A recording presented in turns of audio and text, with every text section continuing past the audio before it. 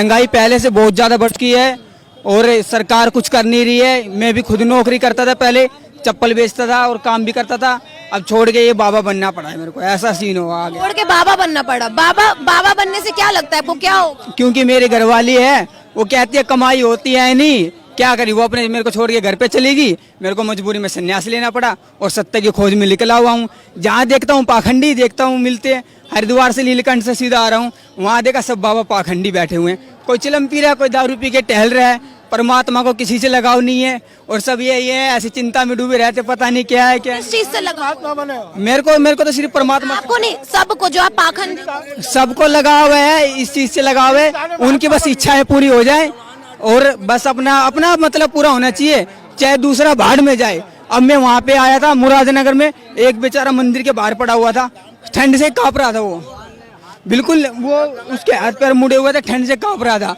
और उसको देख के मेरे को इतना दुख हुआ कि ये क्या है ये संसार। और एक वहाँ पे आया, थाली लेके आया बाबा के, वहाँ पे काली माता को चढ़ा रहा है। उसको मैंने कहा बाबा मेरे पास खुद कपड़े नहीं है, देखो आप देख सकते हो, इसको एक चादर दे दो।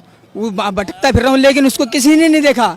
सब बस पूजा कर रहे हैं भगवान की, हो गया कल्याण, यहाँ चढ़ रहे हैं, फल वल सब कुछ सेवा हो रही है। सवारे मनुष्य का कोई नहीं है, मनुष्य का है ही नहीं। मैं अभी यहाँ आया हूँ, मुझे एक बाबा मिले हैं, ठीक है, बाबा मिले। मैंने बोला कि मुझे गुरु की तलाश है और मुझे वो शिक्षा सीखनी है, सत्य की अष्टांग योग, जिसका नाम है शंकर जी ने पार्वती को सिखाया था, जो मोक्ष प्राप्ति होती है।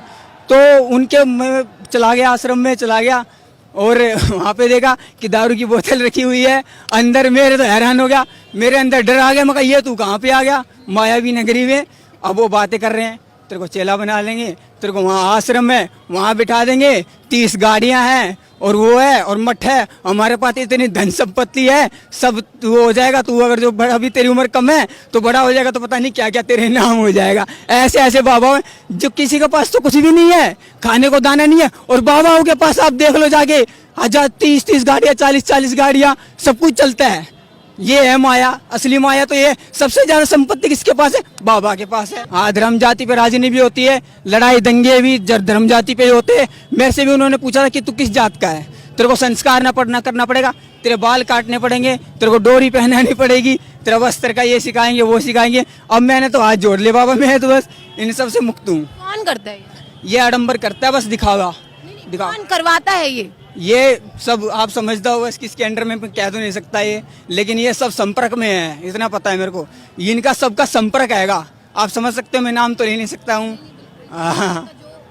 आप आराम से कहिए, जिससे कि हम नहीं चाहते कि आपको दिक्कत हो। जितने भी मठ है, जितना भी जो कुछ है, ये आपस में इनका संपर्क होता है, लेकिन ये किसी की सहायता करे या ना करे। मैं ये कहता हूँ अगर जो एक अनपढ़ भी है ना, वो मठ में चला जाए, वो भी करोड़पति बन जाएगा भिखारी से, ऐसा हो सकता है। ये सच है। इतना बड़ा दावा कैसे कर रहे हैं? क्योंकि मैंने खुद अनुभव किया है इसका, और ये सच है, कोई माने चाहे ना माने, आप भी अनुभव कर सकते हो। लेकिन सच्चा इंसान इन सबसे परे रहता है, केवल परमात्मा उसके हृदय में रहते हैं। मेरे हृदय में भोलेनाथ, आज मेरा उपवास है। वो कह रहे थे बाबा तू खा ले कचौरी, उपवास कुछ नहीं होता है, लेकिन मैंने नहीं खाया। उन्होंने मुझे दही दिया, मैंने दही खाया, ठीक है, और उन्होंने कहा कि उपवास में बर्फी खा सकते हैं, तो बर्फी खाया।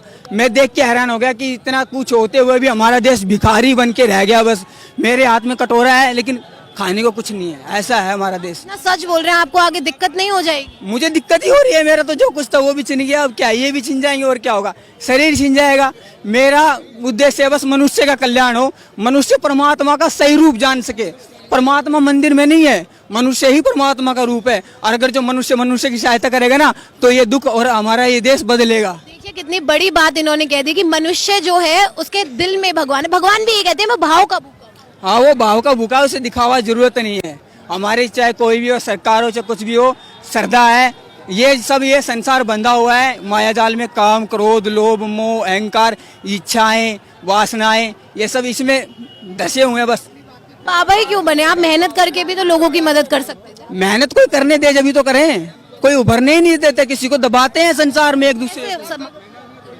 मेहनत भी कोई नहीं करने देता, दबाते हैं एक दूसरे। कैसे दबाते हैं? अगर जो कोई उभरना चाहता है उसको हटा के दूसरे को बैठा देते हैं, या कुछ करना चाहता है। गरीब आदमी कभी उभर नहीं सकता, मेरा मानना यही है। ये सच्चाई है और ये कभी नहीं उभरेगी। जो लालची बेईमान है उसके पास सब कुछ है, जो मायावी झूठा इंसान है वो ही राज करेगा इस देश में, और सच्चा इंसान यूं ही दर दर की ठोकरें खाता फिरेगा और उसकी कोई भी नहीं सुनेगा। यही सच्चाई है। 28 साल की उम्र में ये बाबा बन गए हैं। अभी एक हफ्ते पहले इन्होंने संन्यास लिया। इनका कहना है कि ये मनुष्य की मदद करना चाहते हैं। इनका ये भी कहना है कि अगर दिल में भगवान होने चाहिए।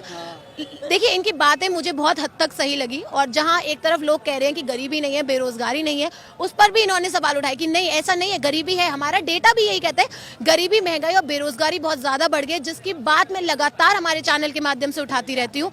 और जब शेयर बटन की तरफ जा ही रहे होंगे तो सब्सक्राइब बटन भी है, उसके बगल में बेल आइकॉन भी है, उसको दबाना मत भूलिएगा।